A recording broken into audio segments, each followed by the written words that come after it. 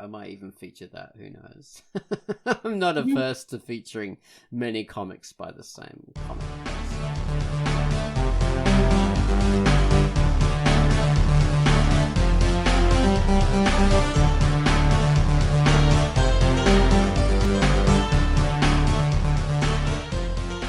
Hello and welcome to the Quackcast. It's Quackcast number 624. I'm Ozone Ocean, with me is Baines and Tansareen. Hello.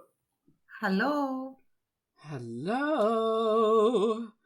This week we're talking about how do you do your comic pages? You know, what's your paneling process? What's all that? Because HPK, which is this great guy, this really cool writer dude who writes every second Friday on the Dark. He does this like examinations of exciting panels that people have done on their comic pages. It's really cool. So he does that, and this week he decided to just ask everyone how do they do their panels. So I thought, wow, that's an interesting topic for a Quackcast. We can talk about our paneling process, comic page process. Mm-hmm. Fascinating, and if we get like tapped out, we can read everyone's responses. So we've got lots of options there. So before we get into that, gotta bring up the featured comic. Quackcast gave us a feature called Sellouts. So Quai, please sell out now. Hello, this is Quackcast, and the feature I've selected for this week is Sellouts by Tara Lopod, and it is rated T for teen. A crew of bandmates called the Sellout, Leo the lead vocals and ukulele, Ariel the bass, Gulliver the horn, Gene the drummer, and Kay Zhang on keyboard. Favorite fan of the band, Skunkle, also known as Barry Jackson, loves attending shows and is an older-than-dirt multi-instrumentalist great at selecting hats. Watch the crew get into amp fights, where strength is not as important as the ability to discern enemies quickly. This is a comic centered around bandmate camaraderie and team dynamic, perfect for anyone who has ever been in a band or is thinking about forming a band. The chapter covers are painted in full digital color, with the majority of the comic story pages in black and white. Chapter titles are named after album titles with a specific interest in the ska music genre. In order to meet bandmates Leo, Ariel, Gulliver, Gene, and Kay, read Sellouts by Tara Lopod, rated T. And that was our featured comic, Sellouts. Thank you very much for that, Quai. Alright, so after that we have the featured music. Gummalus has given us a theme to American Pantheon this week, which was a comic I featured a little while ago. Cool comic. So this music: down grimy stairs, duck your head into a dark basement dive bar. Blue smoke curls lazily up towards the dusty, slow-moving ceiling fan. A grizzled, craggy-faced man with shadowed eyes sits alone, nursing a glass of whiskey, a battered pork pie hat upon his head. He throws you a gap-toothed smile, clears his throat, and lets out a racking cough. This is cool, slow jazz. So take it away, Gummalus, with the theme to American Pantheon.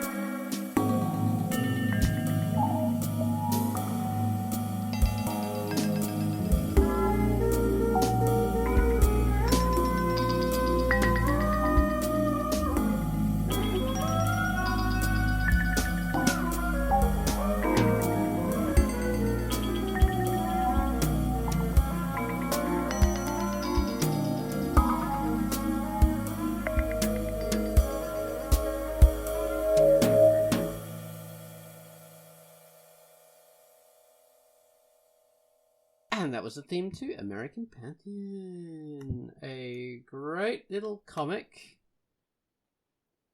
by Surge 19, rated T for teen. Alright, so the paneling process. Well, HPK is this cool guy. He's been on the Drunkduck since the early days, and he was the first person to make a comment when the site came back after one of our terrible disasters in 2006. We never have disasters. Never. We have growing pains. Yeah, growing pains, that's it. Well, I mean, in our history, this site is 21 freaking years old. So no matter how big our disasters are, in that time, we would have had less big disasters than any other site, just because we've been around so long. So we've had less major outages than Google or Facebook or, like Line Webtoon or whatever, because we've just been around for so long. So we're amazing. And HBK has been around for this long ride, which is pretty cool. So every part of it, he's been around. And he does these news posts on Friday. Like, he shares them with me. Like, every kind of second week, I'll do one and talking about the progress of the site update by Alexei and saying all the updates that have happened. And then he will take a turn and he'll talk about comic panels. So he'll take someone's comic and look at a particular panel in there and sort of discuss about what makes it special and all the clever things this person has done to construct this panel. And, maybe this is a great example of a splash panel, or, I don't know, like some introductory overview of the scene. And he or maybe he talks about the use of negative space, or text bubbles, or something like that. He's a really clever guy, and he comes up with some really interesting insights. And this week, he's asked his audience to come up with, to explain how they do their own paneling. So I thought that'd be interesting to talk about. We can sort of talk about how we do our stuff. And it's a comic making process, but it's also, how you decide on your panels, the form of the panels, and what angles or what kind of panels you're doing. So that's an interesting subject. I mean, for me, I think for all of us, all three of us here, we all do traditional comic pages. We don't do this long, stretchy, scrolling view thing. The infinite canvas stuff. No. So that is a really interesting thing, which it allows us to be a lot more... there's a lot more things you do within that space to construct panels than you do if you're doing the long scrolling stuff. I mean, say Pitface does really interesting stuff with her long scrolling pages.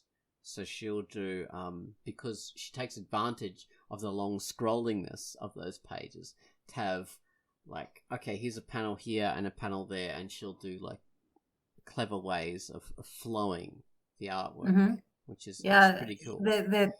The way it transitions is almost animated. The way she does things, which is really good. That's cool. Whereas the way we all do ours is based on the more traditional comic page setup, which is stuff you can't do for that style. So that's kind of denied the long scrolling style. You can't do it, which is a more painterly sort of artistic way.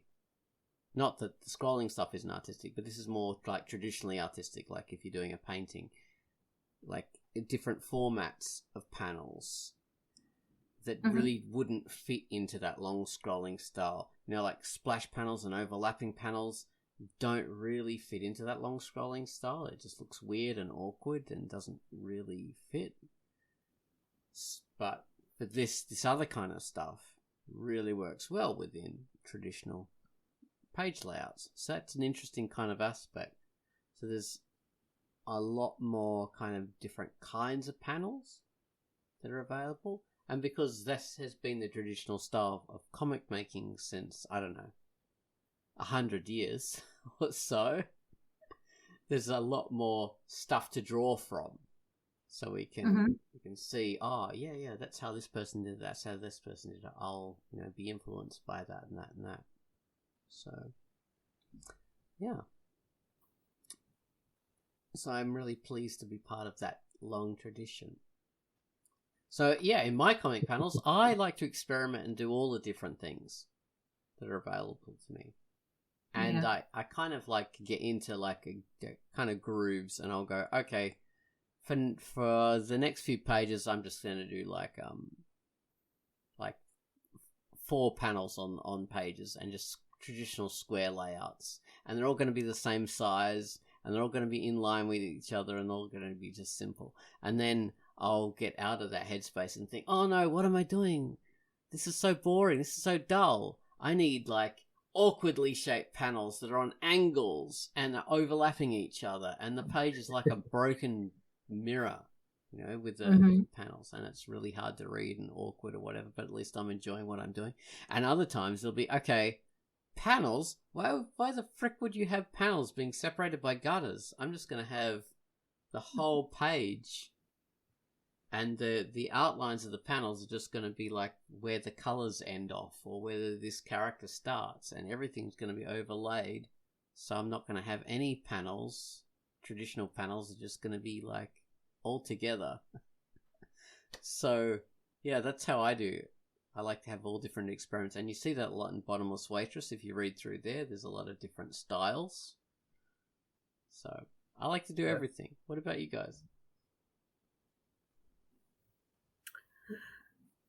Me? Yeah. Well, when I started my comic, I had it in my mind for a long time before I actually started posting.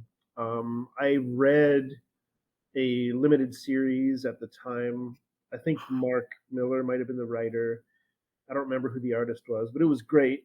Sort of traditional, kind of a noir superhero thing. But it was interesting to me that every page was like 3 panels, like 3 wide panels. Top to bottom, and Wow. I copied that when I first started. My intention was to always, even though I don't do a gag comic per se, like it's a story comic, I thought like I like that structure. I'm going to do that always. And I don't know when I first broke out of that, but I break it regularly now, and you don't want too much text, like from this kind of thing for comedy. Anyway, didn't want too much text crowding the panels, and it was it would be that way sometimes. So sometimes I'll be 4 panels, then it's like, oh, sometimes you want a reaction shot. But like you said, Oz, you're doing a traditional style print style page, so you only have so much space. Like, okay, I got to sneak in a reaction panel in there somewhere. And it kind of, that idea of always having it the same sort of went out the window. Although I do like structure, I don't break up things into too weird a configuration very often. Just once in a blue moon. Once in a blue moon, I'll do a longer page or kind of a scrolling page, but it's still usually traditional panels. It's just like I don't want to leave the reader hanging, waiting for a week or however long it takes for me to do the next page. So. A year. Yeah. So I like to keep it. I sort of start with either 3 or 4 panels stacked vertically. I like that widescreen thing. Fits computer monitors, although not phones, really well. But then I'll go from there. If I have to break it up from there, I break it up. Okay. Depending on what I'm trying to do, get done for that page. Yeah. It really helps to have a structure to base things off, even if you're not working within it. At least you can always use that as your bedrock. You can bounce stuff off that. So yeah, that's a good way of doing it. Like when I first started doing comics, I was just mad with panels, and I would have 13 or 14 panels on a comic page. Oh my god, me too. And they would all have lots of text, and they would all have lots of imagery, and it was just insane. Didn't understand. You can have 1 panel on a comic page. You can have like just limited it to like 3 or 4. I think a happy medium is best. Mm-hmm. Probably less rather than more, unless you're doing, like not much detail within those panels. If you're trying to fit a lot of detail and you're doing a 13 panel comic or a 14 panel comic, then it's stupid. Yes. You could do a 13 or 14 panel comic and have every page like that, but what works best is just talking heads and telling a very like a very dense kind of a story if you're going to do that kind of stuff, like Tintin or something. Mm-hmm. Yeah, or maybe in a specific context, you want that. Like you said, Mhm. oh, I have a big crowd. I want to see 12 reaction shots of these various people. Like maybe it's the right thing to do on a page, on a given page. Yeah, I mean, when I first really seriously started doing comics, when I say seriously, I mean when I decided, you know what, I want to do this at a level where printing won't be like a total waste of paper. Then I really wanted, I've always liked, and I have always been a big fan of European comics like Tintin, Asterix, Lucky Luke, all of that. And they all have this very rigid structure, like big pages, at least A4 pages, um, sometimes more.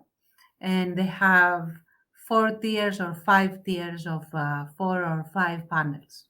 It's insane. So 10, 12, 14 panels in a page. So that's how I started making Without Moonlight. And it was exhausting to make, first of all.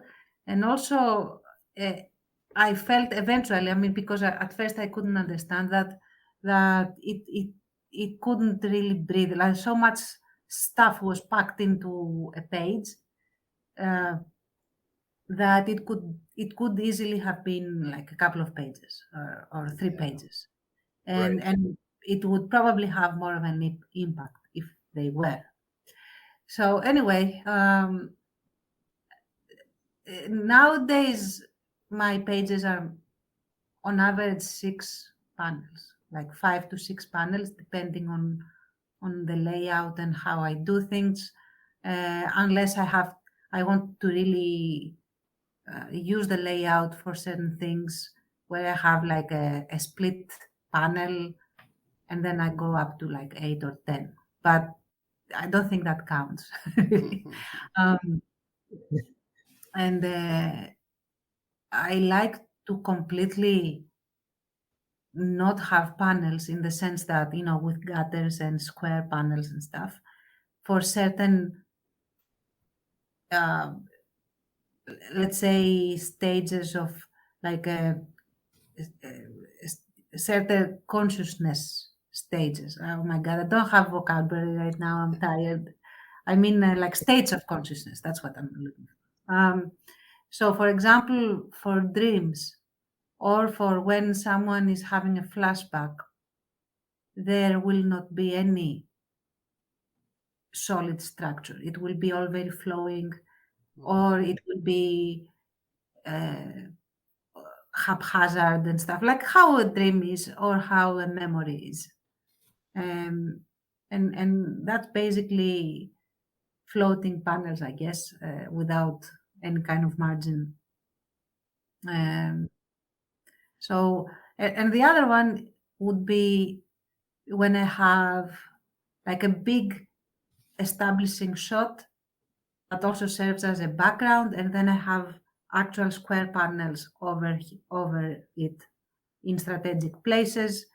So you get the the view from afar, but you also focus in on what the characters are doing at the same time, in a sense, if that makes sense. So yeah, those are more or less my go-to layouts. And then I have these scenes that are basically talking heads because it is a political comic and it is a historical comic, and you have people talking there and discussing stuff. And when I do that, it's almost always a solid structure of panels, but every panel has to have an interesting angle, or it has to be different from the previous one. Not the same angle, not the same zoom, I guess, like Mhm. zooming out. Um, so it will be visually interesting and also perhaps have some nuance on how the dialogue is taking place and how the characters are like feeling when they're talking, that sort of thing. Yeah. Okay, that makes sense. Well, that's quite a lot more detailed than we've been talking about so far. Sorry. You have a lot of like context to fill in and like complex things to fill in. Yeah, as your story plays out in particular. Well, I mean, there's nothing wrong with that at all. It's good to No, be that's detailed great. in your description because Yeah. it's a complicated damn process. Making panels is hard work. I dread it. When I'm initially thumbnailing pages, that's the worst time for me of comic creating. Translating, I mean, it's a lot easier when, say, Baines has written a whole freaking script and he's done all the work. So then it's very easy to come up with comic panels from that. But it's really hard when I just do mine as a dot point kind of thing, where I've just sort of said, yeah, this happens on the page, this and this and this. And then it's just like, oh my god, how do I translate that into imagery that makes sense? In a narrative that conveys the story. It's so hard because as a comic maker, you're thinking narratively and also artistically at the same time, visually artistically. And those are two very different things. Telling a story and creating images that tell a story are just, they're two separate brain processes. Because your brain doesn't think in both those kind of things at the same time. Those are different kind of skills. That's why I said, like in a comment on HPK's news post, no, on Baines' news post, actually. Baines did a news post about the prose and comic making, and I made a comment there saying prose is so much easier. The two things are very different, but prose is easier because you don't have to think in two separate ways to do prose. You just write it. Even if, you've got a lot of visual stuff happening, and people say that, oh yeah, but comic imagery sort of, you don't have to write about and describe stuff, so that makes it a bit easier. No, it doesn't. Because your brain still has to think of all the damn stuff, whether you're drawing it or you're writing it. Your brain still has to come up with the damn stuff. It's no difference. But the difference is your brain doesn't have to do something different to do it. Whereas with prose, you're just doing the same thing. You're doing, you're still writing. You're not going. That's interesting. I find prose very tough for that reason personally. Oh, really? That's not what this today's topic is about, I know, but like to sort of express like, okay, this character is going to do this, that character is going to do that, like making that, like wording that so it's not like an outline, like she said this, he said this, he did this, she did this. Like that's what I probably don't work out that prose muscle enough. So when I do sit down to do it, that's what I find. It's like, this is horribly boring to read. For me, in a comic, I don't have to say he walked over to the blank. I just like show him walking over. For me, that kind of stuff is like, when I'm doing prose, I just go pure shorthand. Okay, I don't need to say this person walked over here unless there's something over there that's interesting, that matters. And if there is something that matters, the reason that they walked over there, is it important? Was there a Right. gun on the table? He reached for the gun on the table. You know, you don't have to say he walked to the left 3 steps where That's the true. My coffee maker example, was. yeah, my Unless, example is not great, but yeah, you're right. no, that's a great example because you might actually opt very willingly to say, like, he walked 3 steps to the table. He stopped, he paused, he looked to the other person, he reached for the gun, he hesitated, you know, all of that. Why? Because that could build suspense and not Yeah. actually be boring, but If you're have the using opposite pacing, yeah. effect. So, or it could be mind-numbingly boring, and just, you know, you could put your audience to sleep by describing how they walk from room to room. If it doesn't, like, everything has to make sense, and I think that's the same for comics, on what you choose to show and how to show it in every panel. It could be very boring, or it could be very visually interesting. I mean, I have said before that example of this really talented artist that wanted, I don't know what she was thinking. And it's nobody on the duck, so don't try to imagine who it is. It really is someone on the, or at least I don't think they aren't here anymore anyway. And she had like 6 pages of panel by panel showing the character taking off a jacket and climbing through the window. Like one panel and unzipping the jacket, another panel taking off a little bit of the jacket, like on one side, like another panel taking off the other one and folding the jacket, and, you know, going through that level of detail, and then, you know, looking up at the window, stepping on, I think it was a toilet or something like that, stepping on the toilet, a little, like, we see also the toilet and how he steps on the toilet, and then he opens the window. We see him turn the knob on the window, opening the window, then reaching out, you know, all of that. And it was like, it was very well drawn, but painful. It was so painful. Mm. So Yeah. I mean, highly yeah. decompressed. Very much so. Mm. That takes some skill to draw, like, someone undressed, like taking off a jacket. Yeah. You know, like, that's impressive to be able to draw that. I'm just envisioning it.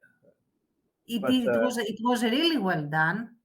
Right. And, you know, the first couple of pages, it was like, wow, like, I really like watching, like, looking at this art.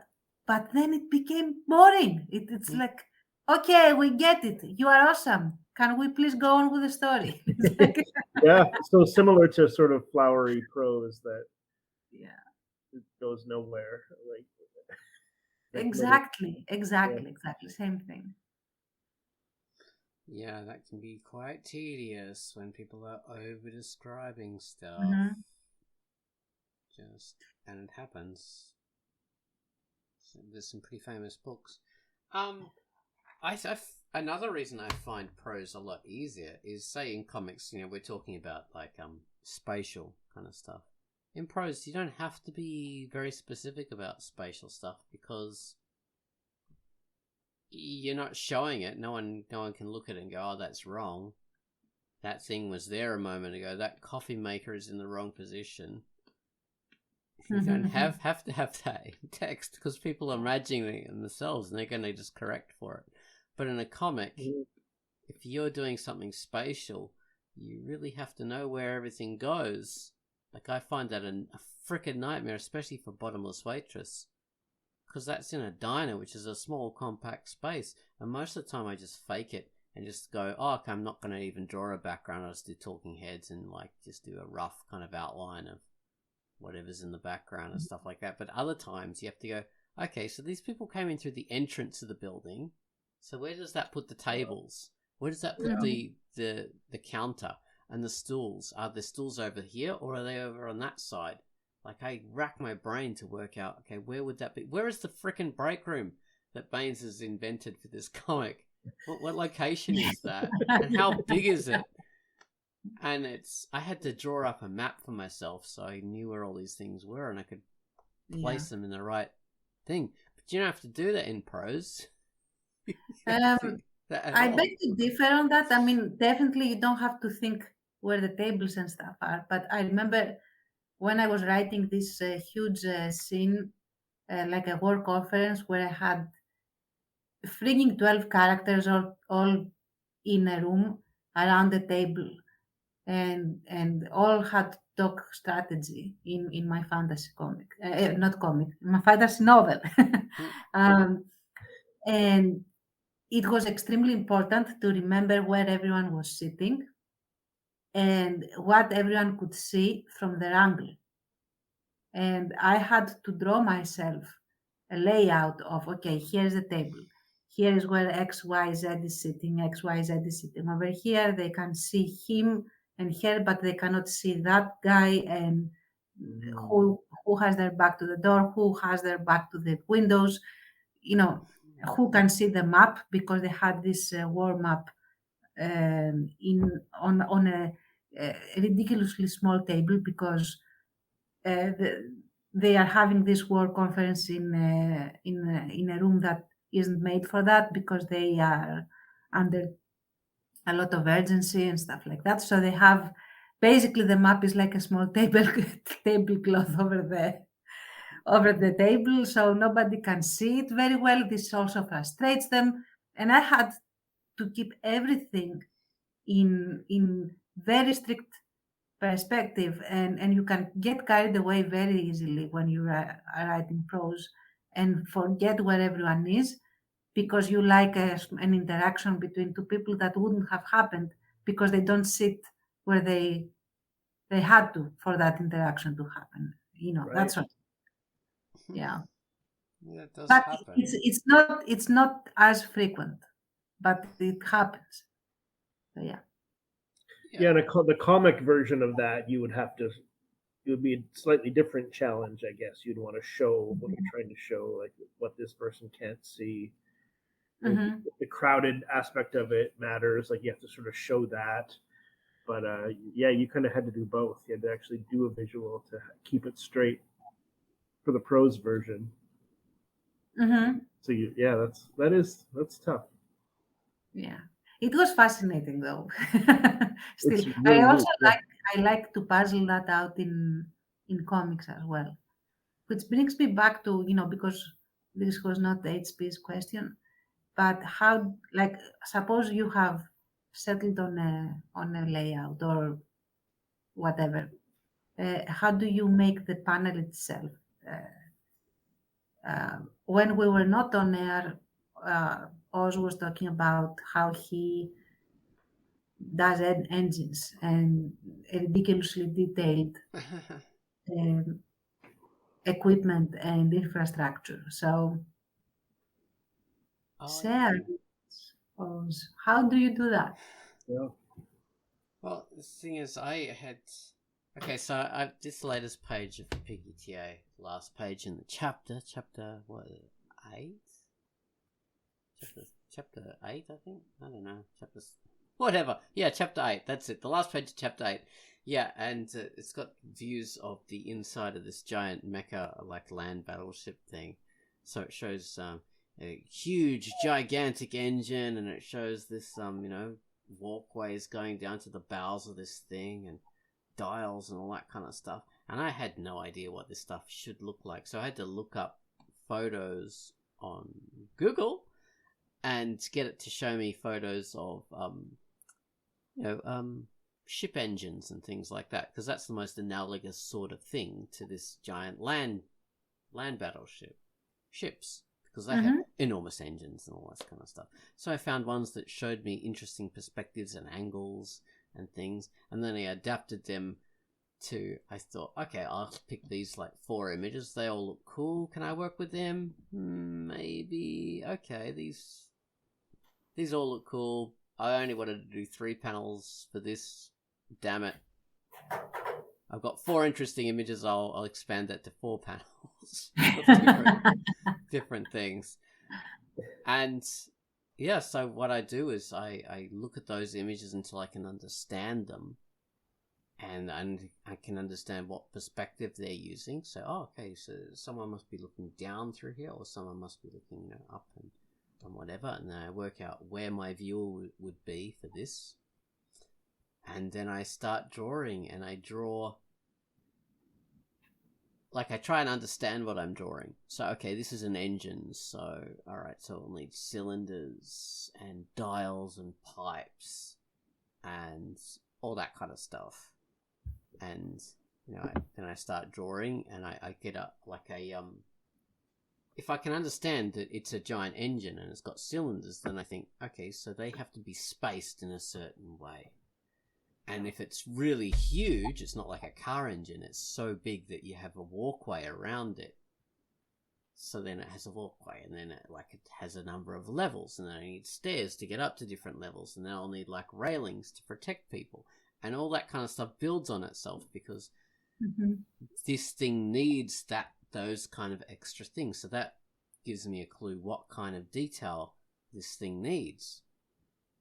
So I build on it and build on it and build on it. Or it's like if I'm doing a gangway down into the bowels of this vehicle, then I think, okay, so what does this image show? It shows me like these weird cables and things. There's like slack to them, so they can't be pipes. Oh, there must be bundles of like electrical cables, or maybe even hydraulic cables put into pipes that go through here. Okay.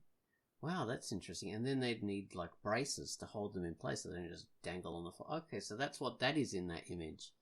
And that sort of clues me into all the things that make up these details.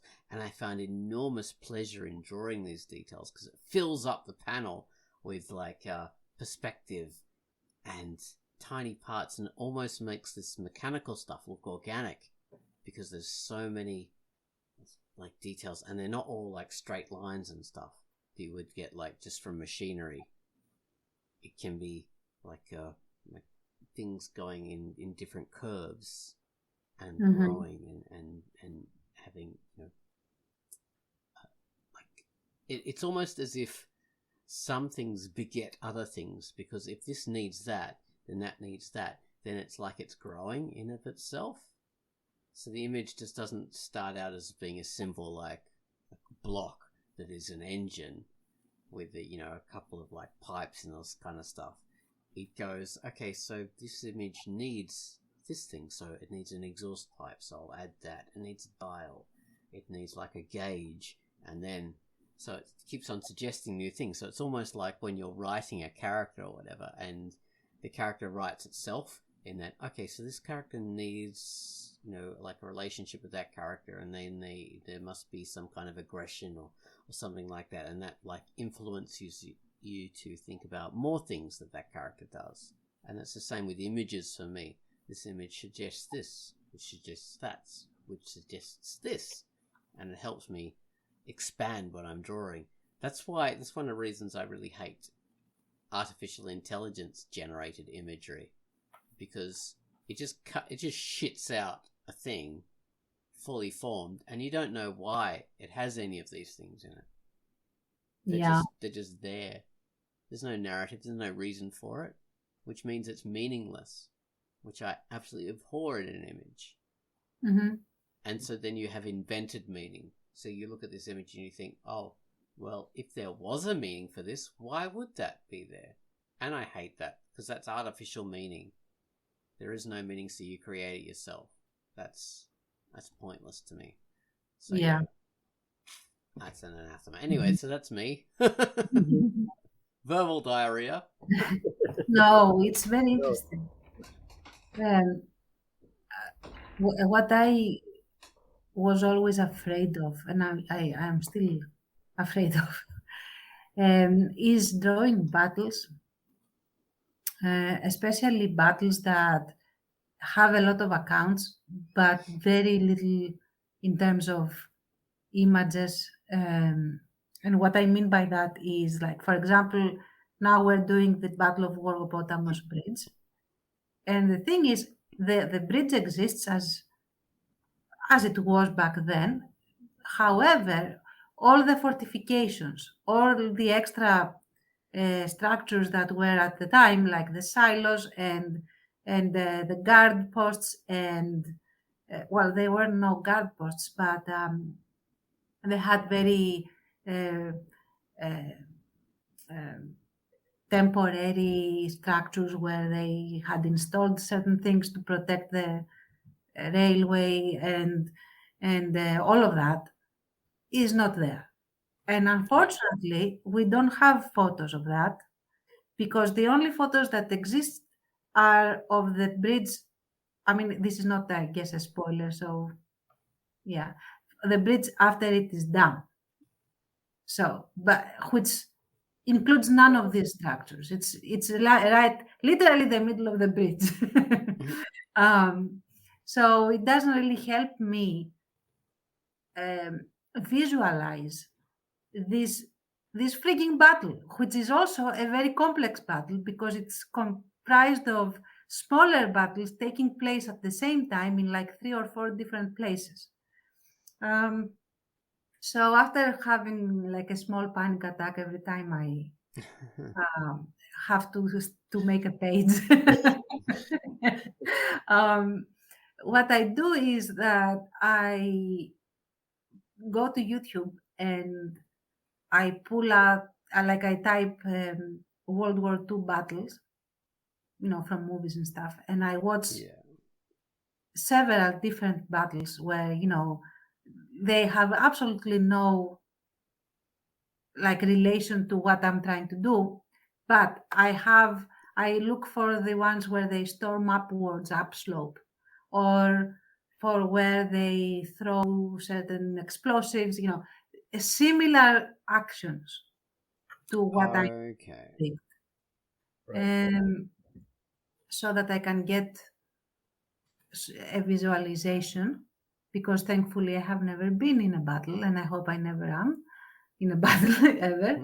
And then I have in my head like a method, like an approach of, okay, what I'm going to do is I'm going to focus in this and that and that, and that's how it's created after I have watched these videos and framed certain panels that I really, it's not panels, like moments in the film that I really like, and that's how I create the page. Oh, awesome. Wow.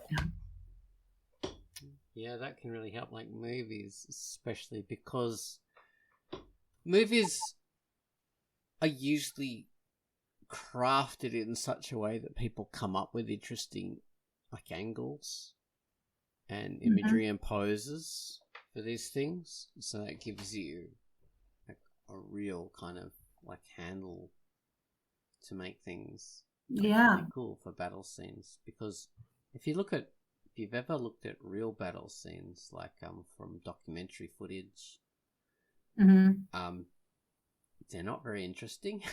No. And also they are very far because the guy filming is clearly not wanting to get, shot or something. So they are from afar filming it. Yeah, they tend to be. Even say if it's soldiers doing footage, this is the weird thing. Like reality, I think we've talked about this before.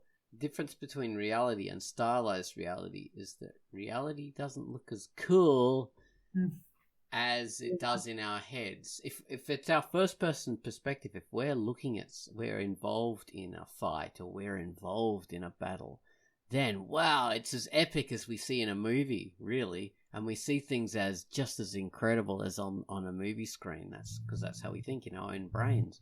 But from a third person perspective, and the further that perspective is away, the more tawdry and boring and simple that is, no matter how exciting it is to us.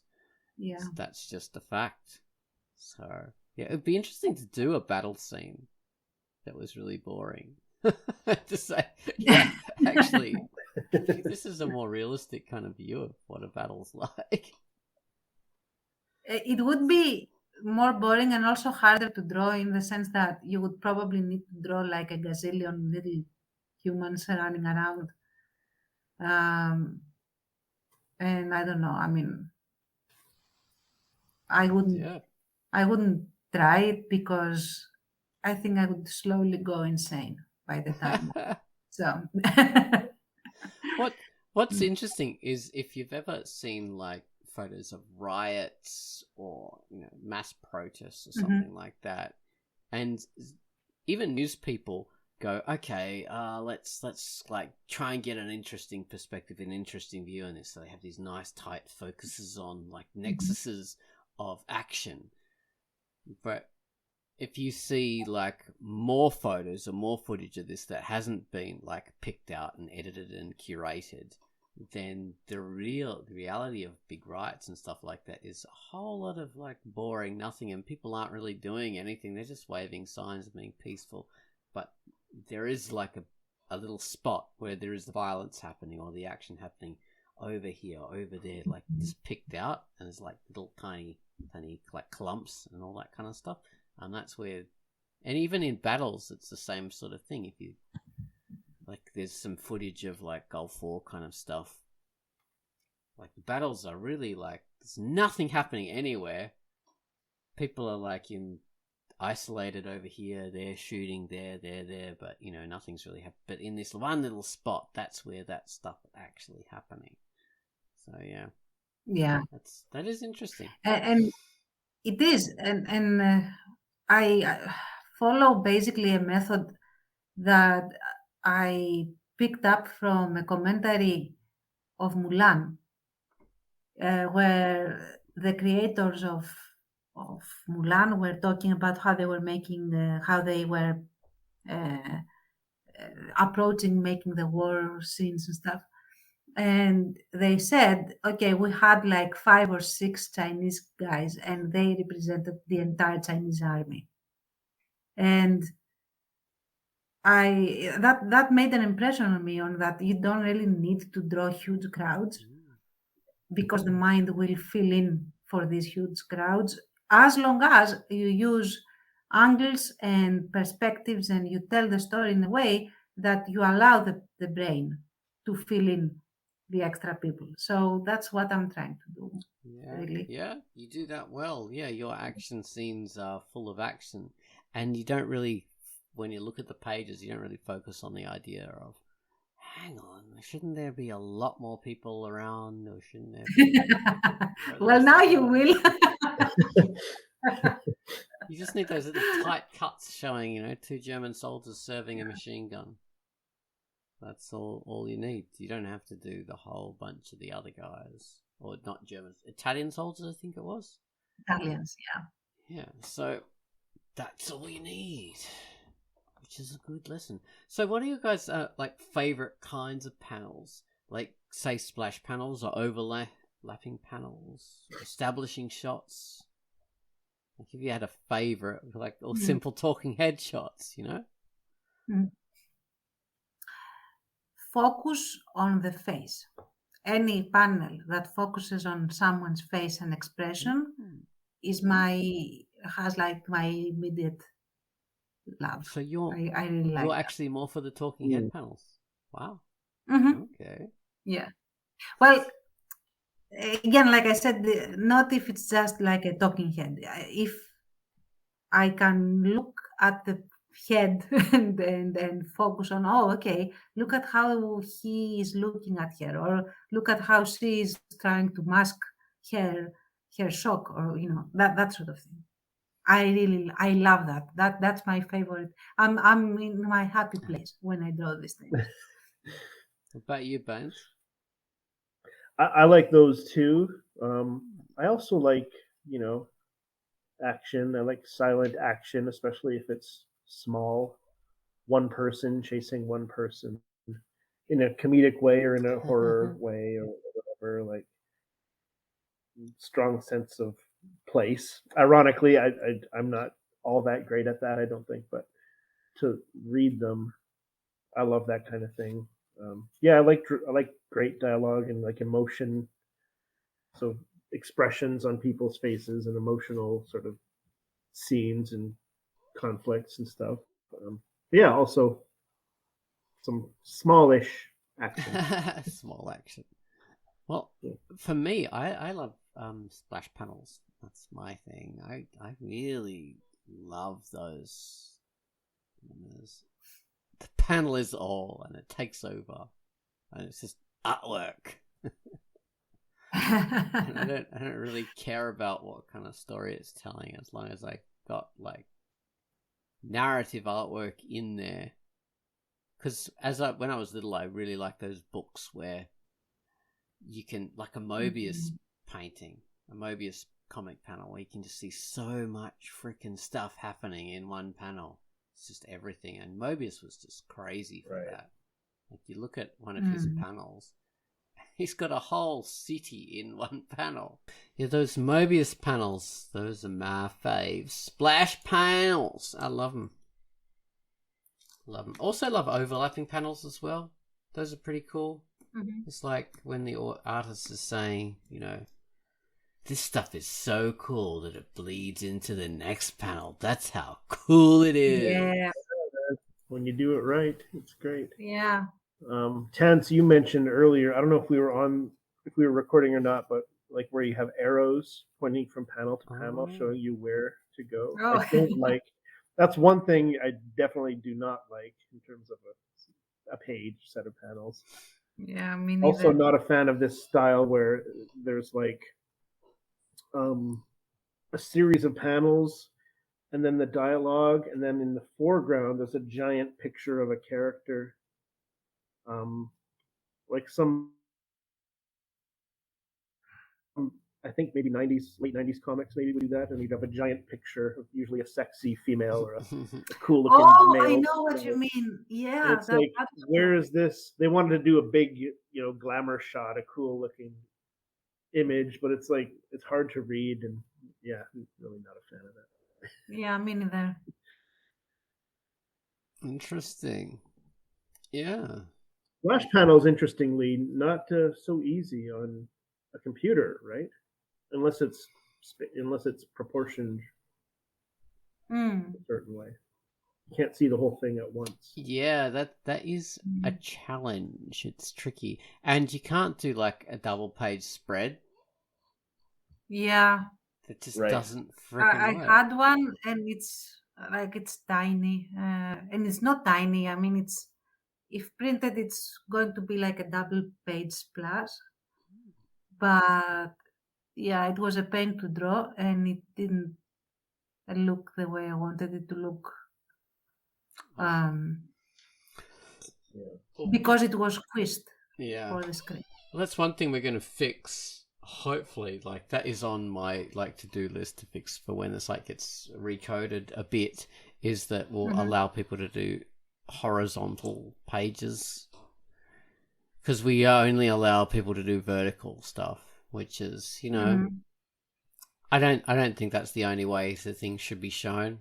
I think a lot of people think, oh yeah, the webtoon kind of thing, they've taken off the Scott McCloud Infinite Canvas, but only for vertical stuff, because the idea is people scroll on phones and they're used to that.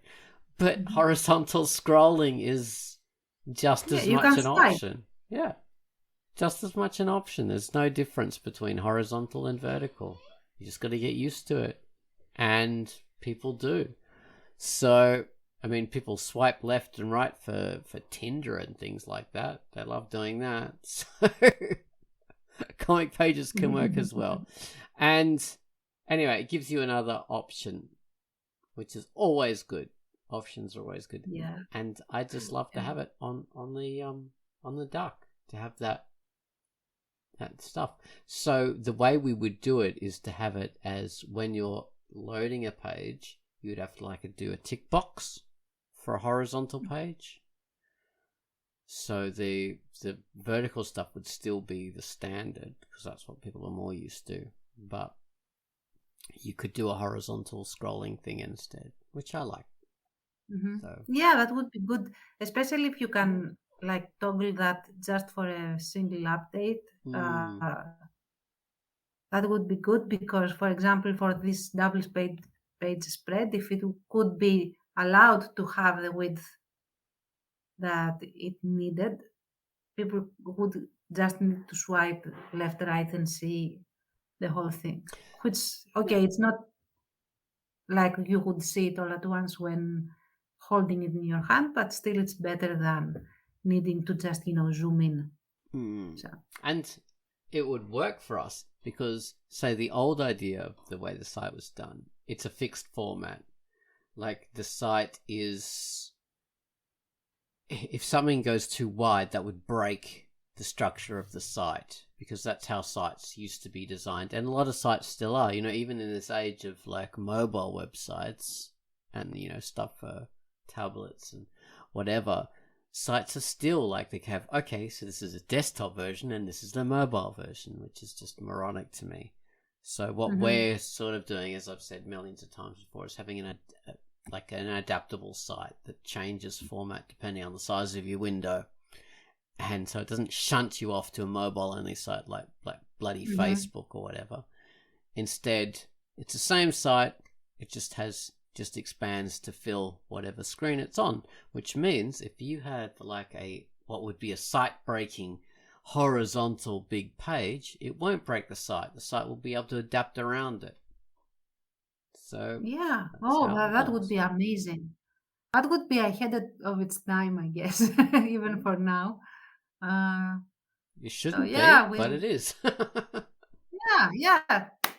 Like, rooting for that. Like people have, I mean, it's not a new way of thinking either. I mean, people thought of this like, at least 15 years ago, sites people had thought of it. But because this idea of just got fixed in people's head of vertical scrolling, that sort of went by the wayside. So we're sort of going back to these old ideas of how you can, make sites and how you can have adaptable structure, which is a good idea, I think. Not locking ourselves into formats. And it helps people's creativity. It allows them to be creative in different ways. Absolutely. So yeah, splash panels. We're bringing them back. We're bringing them. Yes. It's all us. They wouldn't exist if it wasn't for us. Yeah. We're being arrogant, like last because week. we're the pioneers. We have always been the pioneers. Yeah, exactly. Like I say, like we're the oldest comic host around, but that's a bit of arrogance in itself, because Kinspace,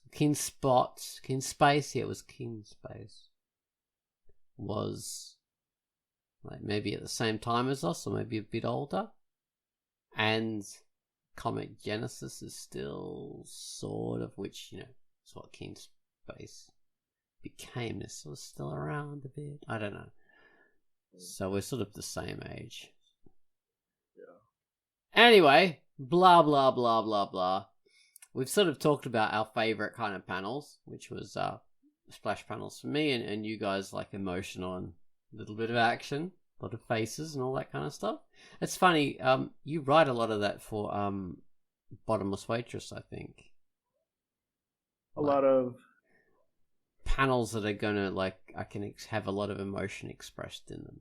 Character interaction is mainly like the characters talking and showing narrative by the way people look.